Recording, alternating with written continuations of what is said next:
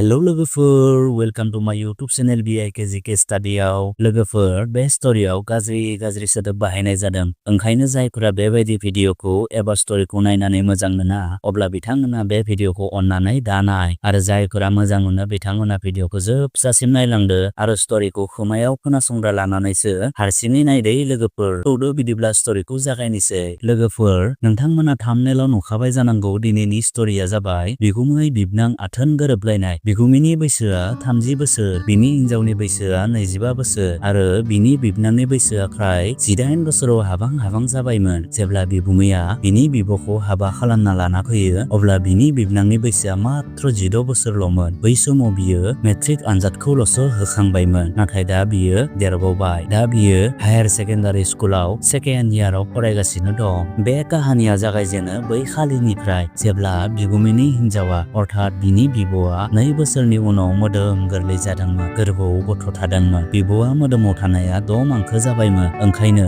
बिमालाहानि न'निफ्राय बिब'खौ ओंखाम जाहोनो थाखाय आलासिफोर फैदोंमोन। बै ओंखाम जाहोनो फैनायाव बिबनाङाबो फैफादोंमोन। ओरैनोथ' बिगुमै बिबनां सानैबो एसे खुलाखामोन, एदावलायखाबाय थाखायोमोन। जेब्ला बिबनांनि बैसोआ 16 बोसोरमोन बै समावनो बियो जोबोर समायनाखामोन। गुफुर गावदांदां, खावलाय खावदुदु, जानजि सेरेरे आरो बिनि सानि आपेल थाइनैयाबो जोबोर समायना, दुलुरलुर गिदिर खामो।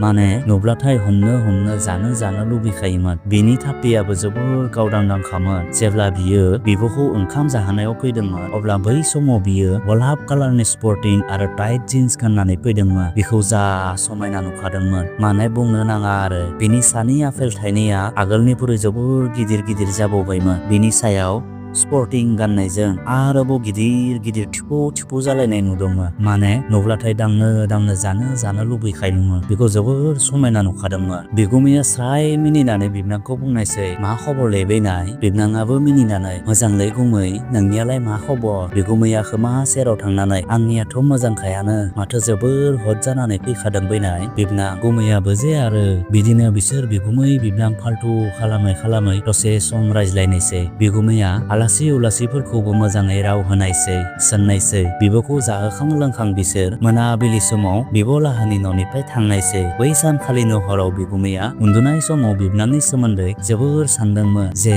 बैनाया मा एसे समायना जादोंब्रा, बिनि थाइनै आपेला एसेबां गिदिर फुस्था आयु, आं बैनायजों खेबसे उन्दुनो मोननायमोनब्ला बिनि थाइनै आपेलखौ जोबोर दांनाय बिलिरगौमोन, जागौमोन, बिखौ जोबोर अनगौमोन आं। बिगुमैया बिदि सानैनो बिनिया आसोला जोबोर थेंगायखाबायमोन। नाथाय बिगुमैया मा खालामगौमोन? बिबनाङाबो सेराव गैया, ओजोंहाय हिनजावाबो 6 मांखोनि प्रेगनेन्टमोन। बेबायदि हालादाव बियो हिनजावखौ खालामनो हायामोन। बेनिखायनो बियो जोबोर धैर्य हमनानै थानायसै। नाथाय बिगुमैया गोसो सिंनो मोनसे आइडिया सानखाबायमोन जे बियो बिबनांखौ फोथायनानै माबायदि लाइनाव लाबोनो हायो। बिनि उनाव दा हिनजावनि डिलिभारिनि सम जाबायमोन। ओंखायनो बियो बिखुनजोखौ फन हरना बुंहरनायसै, आइ, सासेया सम जाबाय खोमा, उदै सानानै खेंखायगासिनो दं, आं मेडिकेलाव लांनो लाहार फाहार खालामबाय थादों, ओंखायनो नोंसोरबो थाबनो फैदो, आंबो हारसिं हास्लाबगौ हाया, ओजोंहाय न'आवबो आइ बाबाल'सो, न'खौबो लांदां गारलांजोबथारनो हाया, ओंखायनो नोंसोरबो थाबनो फैदो। बिखुनजोखौ लिंहरखांनानै बियो फुंनि 10 बाजिसोआवनो हिनजावखौ मेडिकेलाव लानानै थांनायसै।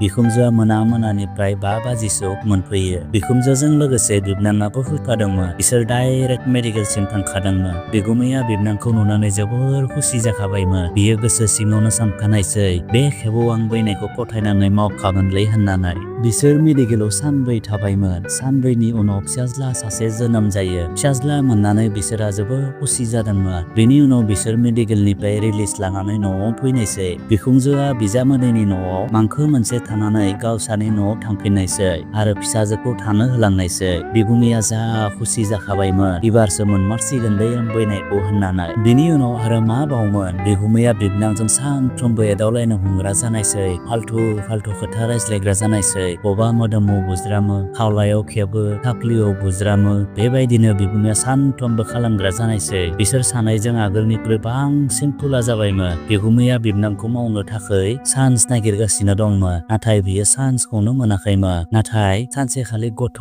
आरो बिमा सानैबो एखेलेगे गोसा जादोंमोन, लोमजादोंमोन। बिसोरखौ मेडिकेलाव लांनो गोनां जायो। मेडिकेलाव लांना बिसोरखौ एडमिट खालामहैनायसै। मेडिकेलाव बिसोरो बिगुमै बिबनां, बिगुमैनि बिमा, साथाम सानफ्रोमबो बेमारिखौ नेनायसै। गथ' आरो बिमाखौ मेडिकेलाव एडमिट खालामनाया साननै जाबायमोन। साननैनि उनाव बिगुमैया गावनि बिमाखौ बुंनायसै, आयै जों बैनायजों आंजों न'आव थांनानै फैनि, बेमारिनि जि जोमफोरखौ सुस्रांहैनि आरो न'नि ओंखाम जायैयाबो साननै जाफैबाय। बेसां आरो बाहेरनि ओंखाम जाबाय थानो, जों ओंखामबो संना लाबोफागोन। नों बेमारिखौ नायथ'दै आयै, जों थाबनो फैगासिनो दं। बिदि बुंनायाव बिमाया दे जागोन दे होननायसै। बिनि उनाव बिगुमैया बिबनांखौ लानानै गावनि न'सिम फैनो हमो। बिगुमैया गोसो सिङावनो जा खुसि जाखाबायमोन जे आं दिनै बैनायखौ मावनो मोनमारसिगोन होननानै। फैबाय थानाय समावनो बिगुमैया बिबनांखौ सोङो, मेडिकेलाव बेमारि नेनानै खस्थ' मोनदों नामा बैनाय? बिबनां, मोनाखै गुमै, दुगैनो मोनैखायसो एसे बोरैबा नांबाय दं। बिसोर सानैबो न'आव सफैनायसै। न'आव सफैनानै बिगुमैया बाथरुमाव थांनानै दुगैहैयो आरो लोगोसे गावनि सिंनि खोमोनखौबो साफा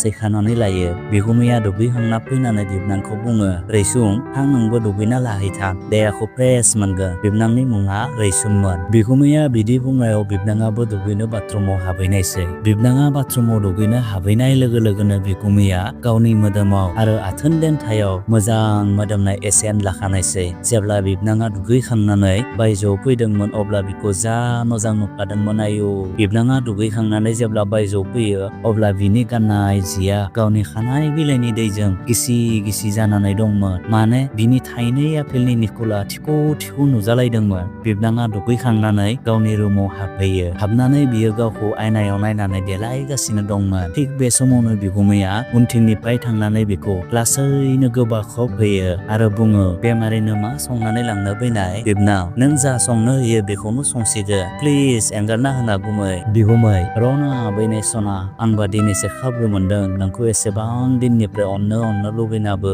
अननो मोनाखैमोन। नोंखौ जोबोर गोजोननाय होगोन आं सना। बिबनां, एंगारना होना गुमै प्लिज। बिगुमै, थोद जाम्बि, सयथिनिबो नोंखौ आं जोबोर गोजोननाय होगोन होननानै बिगुमैया बिबनांखौ गोदोनायाव दुंबुदनो खुदुमो। गोदोनायाव खुदुमै बियो गावनि आखाइजों लासैनो बिबनांनि थाइनै आबुखौ बिलिहरो, दांनो हमो, सेरग्लिनो हमो। बिदिनो बियो बेसेबा गोबाव बिबनांनि आबुखौ हमो। बिगुमैया बिनि थाइनै आबुखौ हमै हमैनो बिखौ बैसांसिम बोना लाबोयो आरो गाव बैसाङाव जनानै बिबनांनि गाननाय सिमिसखौ लासैनो बख'यो। बख'नानै बियो बिबनांखौ बुङो, आयु बैनाय, मासे समायना नोंनि दुदुआ। बिबनां, थोद आं लाजिबायलै गुमै होननानै गावनि आखाइजों आबुखौ खोबथेयो। बिगुमै, ओइ बैनाय सना, नों गुमैखौनो लाजिबाय होमबा? नोंसा आबुआबा माला लाजिथारा? बेसां अनो आं नोंसा आबुखौ, नोंखौबो बेसेबा अनगोन आं बैनाय सना। नोंनि थाइनै आपेलखौ जोबोर अनगोन, प्लिज आखाइखौ बोखारना बैनाय प्लिज। बिगुमैया बिदि बुंनानै बिनि आखाइखौ लासैनो बोखारो। बोखारनानै बियो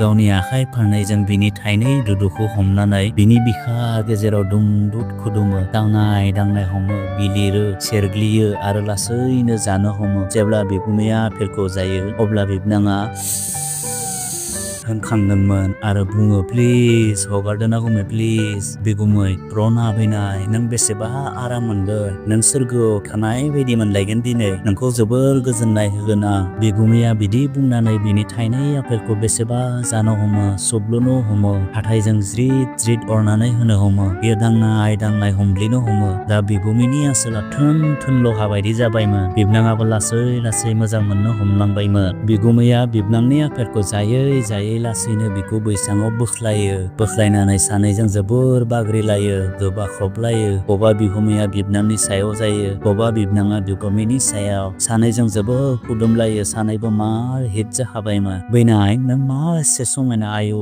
बिगुमैया बिदि होननानै बिबनांखौ खाफालनिफ्राय सिंथिंजाय लासै दुंबुद खुदुमबोनो हमो। बिनि उनाव बियो लासैनो बिबनांनि गाननाय फेंखौ फुनो हमो। बिबनाङा लाजिनानै गावनि समायना जारौरौ आथोनखौ आखाइजों खोबथेयो। बिगुमैया लासैनो बिनि आखाइयाव खुदुमनानै आखाइखौ बोखारो आरो बोखारनानै बुङो, आयु बैनाय सना, मा एसे समायना नोंनि दाउ बासायालाय आयु। बिदि बुंनानै बिगुमैया बिनि आथोनखौ गावनि आखाइजों दांनाय बिलिरो। बिबनांनि आथोननि खोमोना बांद्राय गोलाव नङामोन, माने स्रो खोमोन दंमोन आरो बांद्राय खोमोन भरा नङामोन। आथोना गुफुर गावदांदां गोजौ बिथा गलाब कालारनि जा बायदि जारौरौ जाना दंखायोमोन। बिबनांनि आथोनखौ नुनानै बुंनानै बिगुमैनिया आसोला जा थेंगायखाबायमोन। बियो बिबनांखौ बुङो, बैनाय नोंनि दाउ बासायाव आंनि बागु फिसाखौ सोना हरना मावब्लाथाय जा लेपु लेपु मोनगोनलै सना आयु। बिदि बुंनानै बियो बिबनांनि आथोनखौ सोलानो हमो, जोबोर जानो हमो, आखाइजों दांनाय दांनाय बिलिरो। बियो बिबनांनि आथोनखौ 10 मिनिटसो सोबलुयो, जायो। बिनि उनाव बियो लासैनो गावनि देन्थाखौ दिहुननानै बिबनांखौ बुङो, नै बैनाय सना बाबु फिसाया नोंनि दाउ बासायाव हाबनो लुबैथारबायनो। बिदि बुंनानै बिगुमाया गावनि देन्थाखौ बिबनांनि आथोनाव लासै लासै हुब्लिरनो हमो। हुब्लिरैनो बियो बिबनांनि आथोनखौ सिग्लाब होजोबो। बिबनांनि आथोना जा गिसि जाखाबायमोन, गावनि हाथियाराबो बिबनांनि आथोननि दैजोंनो जा फिस्ला जाखाबायमोन। बिबनाङा दा थानो हाया जालांबायमोन। बियो बिगुमैखौ बुङो, गुमै सोना होदोना प्लिज। बिबनाङा बिदि बुंनायनि उनाव बिगुमैयाबो गावनि थोन जानानै थानाय लहा बायदि देन्थाखौ बिबनांनि दुंब्रुद दाउ बासायाव ब्र' थुब्र'ना हरनायसै। बिगुमैया गावनि हाथियारखौ बिनि आथोनाव सोना होनाय लोगो लोगो बिबनाङा होनखांदोंमोन, आयु गुमै सना होनना बिगुमैखौ गोसायै गोबाफ्रावबो। बिगुमैया लासै लासै सोलाय बोखोलाय खालामनो हमो। बिबनाङा बिगुमैखौ बुङो, गुमै सना गोसा खालामना प्लिज। बिगुमैयाबो गोसा बिबनांखौ मावनो हमो। बिनि आथोन देन्थाया बिबनांनि आथोननि दैजोंनो सिग्लाब जोबनो हमो, बेसेबा फिस्ला जानो हमो। बिदिनो बिसोर सानैबो फ्राय 2 घन्टासो मावलायो। बिगुमैया गावनि आथोननि खैदाखौ बिबनांनि आथोन सिङावनो दोनहरो। बिसोर सानैबो बै हरखालि खेबब्रै आथोन गोरोबलायो। खेबब्रैयावबो बियो गावनि आथोननि खदाखौ बिबनांनि आथोन सिङावनो दोनहरो। दा बिसोर सानैबो जोबोर मेंबायमोन। मेंनानैनो बिसोर सानैबो लंथं जानानै बैसां सायाव लांथां जानानै उन्दुग्लांना दंमोन। दसे समनि उनाव बिबनाङा बिगुमैनि बिखा गेजेराव बजबफैयो आरो बुङो, गुमै नों मा एसेबां अननो रोंगौ, आं जोबोर गोजोननाय मोनखादों गुमै, आइ लाभ इउ गुमै। बिदि बुंनानै बियो बिगुमैखौ गुस्थियाव स्रायनो खुदुमो। दा बिसोर सानैबो खाबु मोनलायब्लानो गेजेर गेजेर मावलायबाय थायो। अब्ला लोगोफोर दिनैनि स्ट'रिया एसेनोसै, गोजोन्थों।